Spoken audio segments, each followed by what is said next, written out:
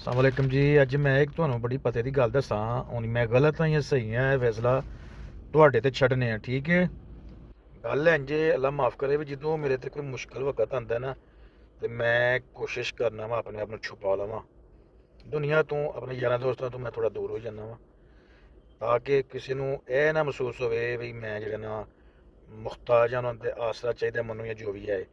ਅਲਹਮਦੁਲਿਲਾ। ਤੇ ਜਦੋਂ ਮੇਰੇ ਤੇ ਹਾਲਾਤ ਠੀਕ ਹੋ ਜਾਂਦੇ ਨੇ, ਅਲਹਮਦੁਲਿਲਾ, ਅੱਲਾ ਖੈਰ ਕਰਦਾ ਹੈ।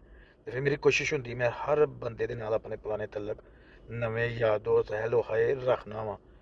ਇਹ ਚੀਜ਼ ਹੁਣ ਗਲਤ ਹੈ ਜਾਂ ਸਹੀ ਹੈ, ਮੇਰੇ ਮੁਤਾਬਕ ਇਹ ਸਹੀ ਮੈਂ ਕਰਨਾ ਵਾ, ਤਾਂ ਕਿ ਮੈਂ ਆਪਣੇ ਆਪ ਨੂੰ ਕਮਜ਼ੋਰ ਨਾ ਸਮਝਾਂ ਕਿਸੇ ਦੇ ਮੁਕਾਬਲੇ, ਕਿਸੇ ਦੇ ਸਾਹਮਣੇ ਆਪਣੇ ਆਪ ਨੂੰ। ਇਹ ਮੈਂ ਸਹੀ ਕਰਨਾ ਜਾਂ ਗਲਤ ਕਰਨਾ, ਇਹਦਾ ਫੈਸਲਾ ਹੁਣ ਤੁਹਾਡੇ ਤੇ ਛੱਡਿਆ।